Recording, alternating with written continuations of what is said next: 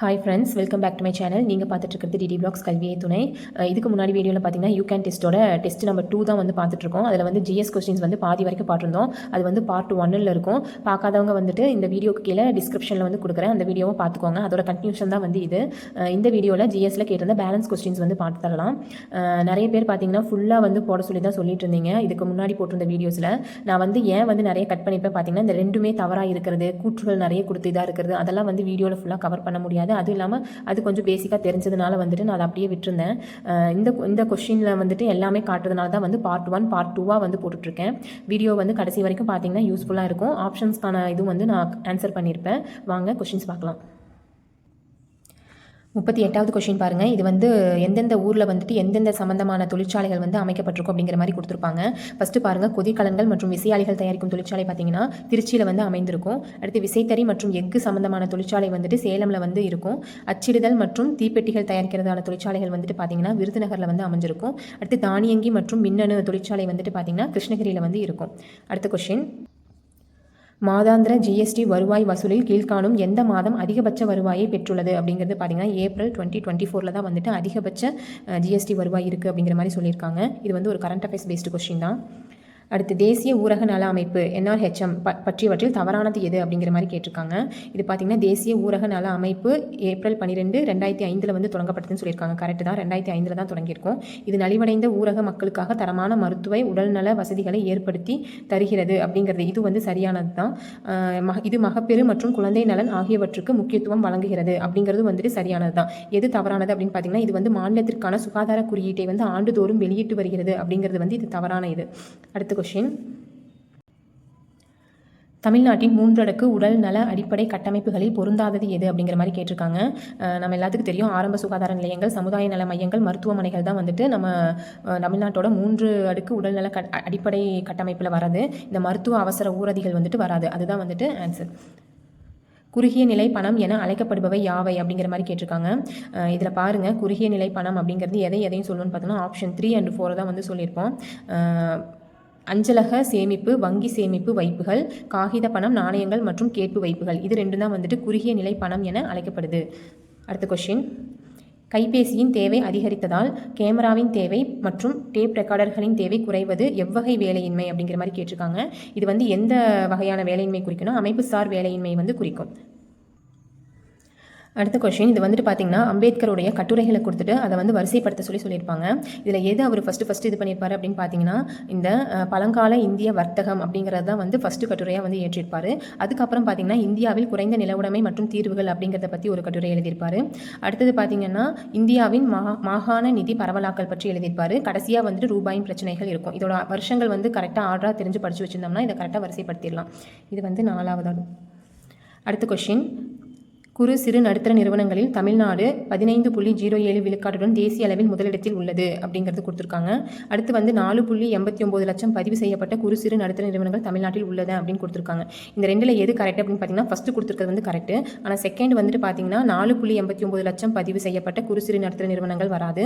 6.89 லட்சம் பதிவு செய்யப்பட்ட குறு சிறு நடுத்தர நிறுவனங்கள் தான் வந்துட்டு தமிழ்நாட்டில் வந்து உள்ளது. அடுத்த கொஸ்டின், இதில் வந்துட்டு இது வந்து ஒரு கரண்ட் அஃபேர்ஸ் பேஸ்டு கொஸ்டின் தான். இது வந்து பார்த்தீங்கன்னா 2025-26 பட்ஜெட் வளர்ச்சி இயந்திரம் வந்து எதை பற்றி சொல்லியிருப்பாங்க அப்படிங்கிறது பார்த்தீங்கன்னா, முதலாவது இயந்திரம் அப்படிங்கிறது எதை சொல்லியிருக்காங்கன்னா விவசாயத்தை தான் குறிப்பிட்டிருக்காங்க. 2வது இயந்திரம் அப்படிங்கிறது எதை சொல்லியிருக்காங்கன்னா MSME வந்து சொல்லியிருப்பாங்க. 3வது இயந்திரம் அப்படிங்கிறது பார்த்தோம்னா முதலீடை பற்றி குறிப்பிடும். 4வது இயந்திரம் அப்படிங்கிறது வந்துட்டு ஏற்றுமதியை பற்றி சொல்கிறது. நெக்ஸ்ட் கொஸ்டின், தமிழ்நாடு பொருளாதாரத்தின் இயல்புகளில் சரியானதை தேர்க. 2025 பொருளாதார ஆய்வறிக்கைப்படி தமிழ்நாடு பொருளாதாரத்தோட இயல்பை பற்றி இங்கே கொடுத்துருப்பாங்க. அதில் எது சரியானது அப்படிங்கிறது கொடுத்துருக்காங்க. தனிநபர் வருமானத்தில் தமிழ்நாடு 3வது உயர்ந்த இடத்தில் உள்ளது அப்படிங்கிறது தவறானது தான்.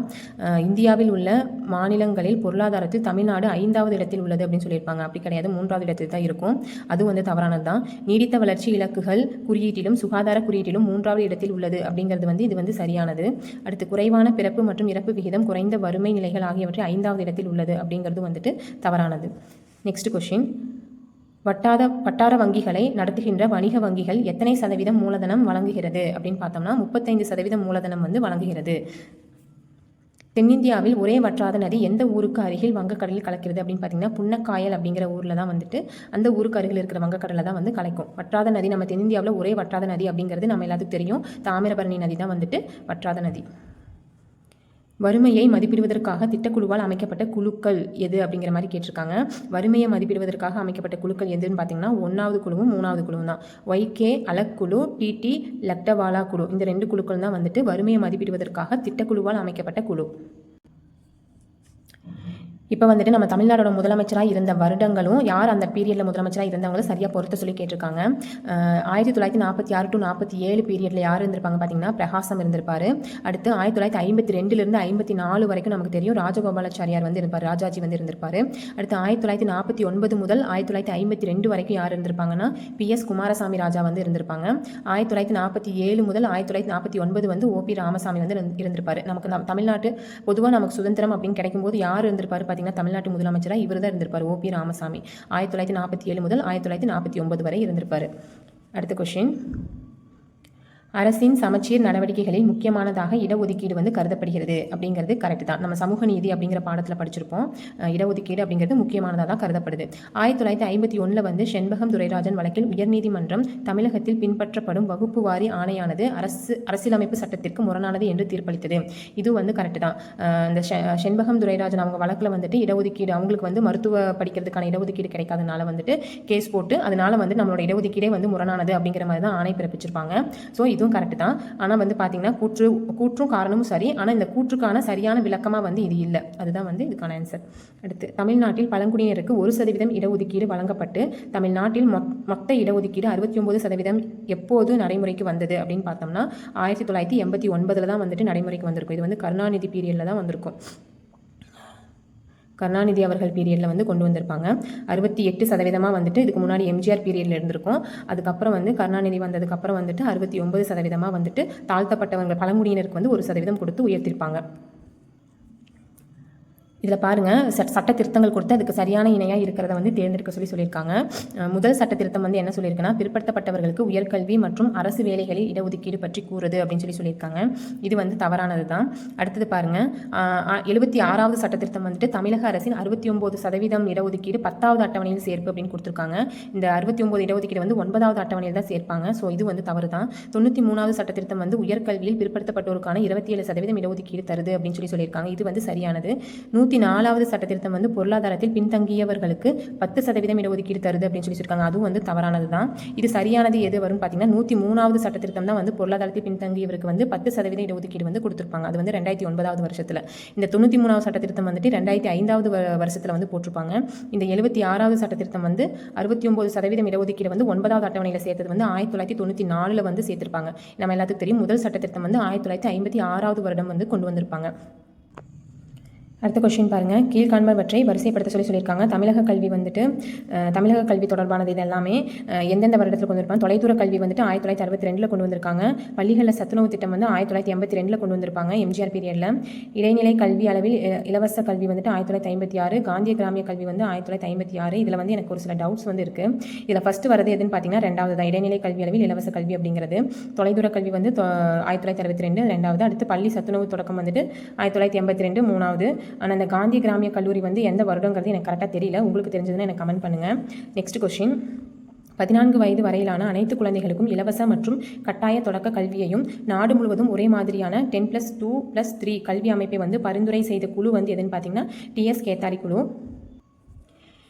கீழ்காண்பவற்றுள் வேறுபட்ட ஒன்று எது அப்படிங்கிற மாதிரி கேட்டிருக்காங்க. நீலகிரி, பழவேற்காடு, பொதிகை மலை, மன்னார் வளைகுடா. இதில் எது வேறுபட்டது அப்படின்னு பார்த்தீங்கன்னா பழவேற்காடு. இந்த நீலகிரி, பொதிகை மலை, மன்னார் வளைகுடா இந்த மூன்றும் வந்துட்டு நம்மளோட உயிர்கோள பெட்டகத்தில் வந்து வந்திருக்கும். தமிழகத்தோட உயிர்கோள பெட்டகத்தில் வரது இந்த மூன்றும். இந்த பழவேற்காடு அப்படிங்கிறதா வேறுபட்டது. இந்தியாவில் தேசிய கல்வி தினம் வந்து 2008ஆம் ஆண்டிலிருந்து டிசம்பர் 11 அன்று கொண்டாடப்படுகிறது. தமிழகத்தின் கல்வி வளர்ச்சி நாள் 2010ஆம் ஆண்டிலிருந்து ஜூலை 15 அன்று கொண்டாடப்படுகிறது அப்படின்னு கொடுத்துருக்காங்க. இது பார்த்திங்கன்னா ரெண்டுமே வந்து தவறு தான். இந்தியாவில் வந்து கல்வி வளர்ச்சி தினம் 2008 செப்டம்பர் 11 அன்று தான் வந்து கொண்டாடப்படுது. அடுத்து, தமிழக அரசால் தொடங்கப்பட்ட முதல்வர் மருந்தகத்தில் சந்தை விலையில் மருந்துகளின் விலை எத்தனை சதவீதம் வரை குறைவாக வழங்கப்படுது அப்படின்னு பார்த்தீங்கன்னா 75% வந்து குறைவாக வழங்கப்படுது. தமிழ்நாடு கீழ்காணும் எந்த வகை நில அதிர்வு மண்டலமாக உள்ளது அப்படின்னு பார்த்தோம்னா மிதமான அபாயத்தன்மை கொண்ட நில அதிர்வு மண்டலமாக அந்த பட்டியலில் வந்துட்டு வந்திருக்கும் தமிழ்நாடு. டாக்டர் முத்துலட்சுமி ரெட்டி மகப்பேறு நிதி உதவி திட்டம் பற்றியவற்றில் தவறானது எது அப்படிங்கிற மாதிரி கேட்டிருக்காங்க. இதில் பார்த்தீங்கன்னா அவங்க வந்து தமிழக அரசால் 1989 செயல்படுத்தப்பட்டது திட்டம் அப்படிங்கிறது சரிதான். தற்போது இத்திட்டத்தில் வந்து 18,000 ரூபாய் வந்து மகப்பேறு நிதி உதவியாக வழங்கப்படுது அப்படிங்கிறதும் சரிதான். இந்த மத்திய அரசின் ஜனனி சுரக்ஷா யோஜனா திட்டத்தோடு இணைந்து இந்த நிதியுதவி வழங்கப்பட்டு வருகிறது அப்படிங்கிறது வந்து சரிதான். இத்திட்டத்தின் நிதியுதவி ஊட்டச்சத்து பெட்டகத்தோடு 6 தவணையாக வந்து வழங்கப்படுது அப்படின்னு சொல்லியிருக்காங்க. அதுவும் வந்துட்டு தவறான ஒன்று. மற்ற 3 வந்து சரியாக இருக்குது. அடுத்து முதலமைச்சரின் விரிவான சுகாதார காப்பீடு திட்டம் வந்து 2009ஆம் ஆண்டில் தொடங்கப்பட்டது அப்படின்னு கொடுத்துருக்காங்க. இது வந்து இலவச மருத்துவ மற்றும் அறுவை சிகிச்சை வழங்கி அனைவருக்கும் உலகளாவிய உடல் நலம் வழங்குவதை நோக்கமாக கொண்டது அப்படின்னு சொல்லியிருக்காங்க. இது வந்து கூற்று மற்றும் காரணம் சரி. மேலும் கூற்று வந்து காரணம் வந்து கூற்றுக்கான சரியான விளக்கமாகவும் இருக்குது. இந்தியாவில் கரடிக்குட்டம் எனும் ஊரில் மட்டும் கிடைக்கும் ரசாயன தாது எது அப்படின்னு பார்த்தீங்கன்னா மாலிப்டினம். கரடிக்குட்டம் அந்த ஊர் எங்கே இருக்குன்னு பார்த்தீங்கன்னா மதுரையில் வந்து அமைஞ்சிருக்கு. அங்கே மட்டும்தான் வந்துட்டு இந்த மாலிப்டினம் அப்படிங்கிற ரசாயன தாது வந்து கிடைக்குது நமக்கு. கல்வராயன் மலை இது வந்து ஒவ்வொரு மலைகள் கொடுத்து அதுக்கு சம்மந்தமான சில இதெல்லாம் கொடுத்துருக்காங்க. அதை வச்சு பொறுத்தணும். கல்வராயன் மலை அப்படிங்கிற பார்த்தீங்கன்னா கரலர் பழங்குடியினர் தான் வந்து அங்கே அதிகமாக இருப்பாங்க. ஸோ அதுக்கு வந்து 3வது இது வரும். ஜவ்வாது மலை அப்படிங்கிறது வந்து அங்கே வந்து சாம்பல் கிரானைட் பாறை வந்து அமைஞ்சிருக்கும். அப்போ இதுக்கு வந்து இது பொருந்தும். செல்வராயன் மலை பார்த்தீங்கன்னா அங்கே வந்து ஏற்காடு மலை வாழிடம் வந்து இருக்குது. ஸோ அதுக்கு இதுதான் பொருந்தும். பழனி மலை அப்படிங்கிறது வந்து வந்தராவ் சிகரம் அப்படிங்கிறது இருக்குது. ஸோ பழனி மலைக்கு வந்து இதுதான் பொருந்தும். இப்போ கீழ்கண்ட கூற்றில் வந்து சரியான விடை எது அப்படிங்கிற மாதிரி கேட்டிருக்காங்க. இப்போ பார்த்தீங்கன்னா சில இதெல்லாம் கொடுத்துட்டு அது எதுக்கு பொருந்தும் அப்படிங்கிற மாதிரி கேட்டிருப்பாங்க. காடுகளில் உள்ள மரங்கள் வந்து 30 மீட்டர் உயரம் வரை வளரக்கூடியது அப்படின்னு சொல்லியிருக்காங்க. பொருளாதார முக்கியத்துவம் வாய்ந்த சில மரங்கள் வந்து இங்கே காணப்படுது அப்படிங்கிறது சொல்லியிருக்காங்க. பருத்திப்பட்டு மரம், இலவம், கடம்பா, டாகத்தேக்கு மற்றும் சிரஸ் போன்ற மர வகைகள் இங்கே இருக்குன்னு சொல்லியிருக்காங்க. இது எல்லாத்துக்கும் எது வரும் அப்படின்னு பார்த்தீங்கன்னா வெப்பமண்டல இலையுதிர் காடுகளில் தான் வந்து இதெல்லாமே வந்து காணப்படுது. அடுத்து கீழ்காணும் கூற்றை ஆராய்க. இந்திய அளவில் தமிழ்நாடு நீர்வளத்தில் 4 விழுக்காடும் நிலப்பரப்பில் 6 விழுக்காடும் வந்து பெற்றுள்ளது. தமிழகத்தில் பார்த்தீங்கன்னா 17 ஆறுகள் வந்து இருக்குன்னு சொல்லியிருக்காங்க. ஃபர்ஸ்ட் கூற்று வந்து தவறானது. செகண்ட் கூற்று தமிழகத்தில் 17 ஆறுகள் இருக்குது அப்படிங்கிறது வந்து சரிதான். தமிழகத்தில் வந்து கிணற்று பாசனம் 56% அதிக அளவில் உள்ளது. தமிழகத்தில் கிணற்று பாசனம் தான் அதிகமாக பயன்படுத்துகிறோம். ஸோ 2, 3 வந்துட்டு சரியாக இருக்குது. 1வது வந்து தவறானது. இப்போ வந்து ஒவ்வொரு இதெல்லாம் கொடுத்துட்டு அது எந்த ஆறு வந்து அங்கே உற்பத்தி ஆகும் அப்படிங்கிற மாதிரி கேட்டிருப்பாங்க. இதில் எது தவறான இணை அப்படின்னு கேட்டிருப்பாங்க. இதில் பார்த்தீங்கன்னா 3மே வந்து தவறானது தான். வருஷ நாட்டு குன்றுகளில் வைகை ஆறு வந்து உற்பத்தி ஆகும் அப்படிங்கிறது மட்டும்தான் சரியானது. மற்ற 3மே வந்து தவறானது. 2016 to 17ஆம் ஆண்டில் தமிழ்நாட்டில் மாநில மொத்த உள்நாட்டு உற்பத்தி கீழ்காணும் எந்த நாடுகளை விட அதிக $1 பில்லியன் பெற்றிருந்தது அப்படின்னு பார்த்தோம்னா இந்த 3 நாடுகளும் வரும். நியூசிலாந்து, ஈராக், இலங்கை இந்த நாடுகளை விட வந்து அதிக $1 பில்லியன் வந்து பெற்றிருக்கும். ஆனால் வந்து ஐக்கிய அரபு எமிரேட் வந்து வராது. ஸோ ஆன்சர் வந்துட்டு பார்த்தீங்கன்னா 2, 3, 4 மட்டும். முதலமைச்சரின் தாய்மானவர் திட்டத்தின்படி அடுத்த 2 ஆண்டுகளில் எத்தனை லட்சம் குடும்பங்கள் வறுமையிலிருந்து மீட்க திட்டமிடப்பட்டுள்ளது அப்படின்னு பார்த்தோம்னா 5 லட்சம். இதுக்கு வந்து ஆன்சர் வந்து 5 லட்சம். இது ஒரு கரண்ட் அஃபேர்ஸ் கொஸ்டின். இப்போ 2 இது கொடுத்துட்டு அது எந்த தொழிற்சாலைக்கு பொருந்தும் அப்படிங்கிற மாதிரி இந்த கொஸ்டின் கேட்டிருக்காங்க. இந்திய அளவில் உற்பத்தியில் 3வது இடத்திலும் தொழிற்சாலைகளின் எண்ணிக்கையில் 2வது இடத்திலும் உள்ளது அப்படின்னு சொல்லியிருக்காங்க. பொருளாதார மந்த நிலையிலும் இத்துறை வந்து உற்பத்தி மற்றும் நுகர்வில் தொடர்ந்து வளர்ச்சி அடைந்துள்ளது அப்படின்னு கொடுத்துருக்காங்க. இது 2 வந்து எந்த தொழிற்சாலை குறிப்பிடுதுன்னா சிமெண்ட் தொழிற்சாலை வந்து குறிப்பிடுது. அடுத்து சில புவிசார் குறியீடுகள் கொடுத்து அது எந்த மாவட்டத்தோட பொருந்தும் அப்படிங்கிற மாதிரி கொடுத்துருக்காங்க. சம்பா வத்தல் அப்படிங்கிறது பார்த்தோம்னா விருதுநகர் மாவட்டத்தோட புவிசார் குறியீடு பெற்றிருக்கும். அடுத்து வீணை அப்படிங்கிறது தஞ்சாவூருக்கு, சித்திரை கார் அரிசி வந்துட்டு ராமநாதபுரம், சுங்கடி சேலை அப்படிங்கிறது வந்துட்டு மதுரை. அடுத்து 21 சமூக நீதி போராளிகளுக்காக எங்கு அமைக்கப்பட்டுள்ள மணிமண்டபத்தை வந்து தமிழ்நாடு முதலமைச்சர் திறந்து வைத்தார் அப்படின்னு பார்த்தோம்னா வழுதரெட்டி விழுப்புரம் மாவட்டத்தில் வழுதரெட்டி அப்படிங்கிற இடத்துல தான் வந்துட்டு அந்த 21 சமூக நீதி போராளிகளுக்கான மணிமண்டபத்தை வந்து திறந்து வச்சிருப்பாங்க. மக்களை தேடி மருத்துவ திட்டம் வந்து சரியானது எது அப்படிங்கிற மாதிரி கேட்டிருக்காங்க. இதில் பார்த்தீங்கன்னா இது வந்து தொடங்கப்பட்டது வந்து கரெக்டு தான். 5 ஆகஸ்ட் 2021 தான் தொடங்கப்பட்டிருக்கும். ஆனால் பிளேஸ் வந்து தப்பு. ஸோ இது வந்து ஆன்சராக வராது. கடந்த ஜனவரி மாதம் 3 கோடி பயணிச்சிருக்காங்க அப்படிங்கிறது வந்து தவறானது தான். ஐக்கிய நாடுகள் சபையின் இந்த united nation integrity task force award வந்து 2024 என்ற விருது வந்து திட்டத்துக்கு வந்து வழங்கியுள்ளது அப்படின்னு சொல்லியிருக்காங்க. அது மட்டும் வந்து சரியானது. இது வந்து கரண்ட் அஃபேர்ஸ் கொஸ்டின். அடுத்து முதலமைச்சரின் பெண் குழந்தைகள் பாதுகாப்பு திட்டத்தின் நோக்கங்களில் சரியானதை வந்து தேர்ந்தெடுக்க சொல்லியிருக்காங்க.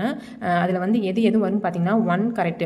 குழந்தை திருமணத்தை தடுப்பது அப்படிங்கிறது கரெக்டு. அடுத்து பெண் குழந்தைகளின் கல்வியினை மேம்படுத்துவது அப்படிங்கிறதும் சரிதான். ஆனால் இந்த பெண் குழந்தைகளுக்கு ஊட்டச்சத்து வழங்குவது அப்படிங்கிறது இதில் வராது. பாதுகாப்பு திட்டத்தோட நோக்கத்தில் வராது. அடுத்து குழந்தை பாலின விகிதத்தை உயர்த்துவது அப்படிங்கிறது வந்து இதில் வரும். அடுத்து லாஸ்ட் ஃபைனல் கொஷின். அதிக கடன் பெற்ற மாநிலங்களின் பட்டியலில் தமிழ்நாடு தொடர்ந்து முதலிடத்தில் இருந்து வருகிறது. காரணம், பெற்ற கடனை திருப்பி செலுத்துவதில் தமிழ்நாடு முன்னணி மாநிலமாக உள்ளது. இது பார்த்தீங்கன்னா கூற்றும் சரிதான், காரணமும் சரிதான். பட் வந்து இது வந்து விளக்கிறதுக்கான ஒரு காரணமாக வந்து இல்லை. ஸோ கூற்று மற்றும் காரணம் சரி, ஆனால் காரணம் கூற்றுக்கான சரியான விளக்கம் அல்ல அப்படிங்கிறது தான் ஆன்சர். ஓகே ஃப்ரெண்ட்ஸ், இந்த வீடியோவில் வந்துட்டு நம்ம பேலன்ஸ் இருந்த ஜிஎஸ் கொஷின்ஸ் எல்லாம் பார்த்து முடிச்சிட்டோம். நெக்ஸ்ட் வீடியோவில் தமிழ் கொஷின்ஸ் வந்து நான் போடுறேன். வீடியோஸ் வந்து நீங்கள் கரெக்டாக ஃபுல்லாக பார்த்தீங்கன்னா மட்டும்தான் உங்களுக்கு வந்து ஒரு சில பாயிண்ட்ஸ் வந்து யூஸ்ஃபுல்லாக இருக்கும். அது மட்டும் இல்லாமல் உங்களுக்கு யூஸ்ஃபுல்லாக இருக்குன்னா லைக் பண்ணுங்கள். அப்போ தான் வந்து நானும் தெரிஞ்சுக்குவேன் இன்னும் வந்து என்னை எப்படி இம்ப்ரூவ் பண்ணிக்கலாம் அப்படிங்கிறது எனக்கும் தெரியும். தேங்க்யூ ஃப்ரெண்ட்ஸ், பாய். நெக்ஸ்ட் வீடியோவில் பார்க்கலாம்.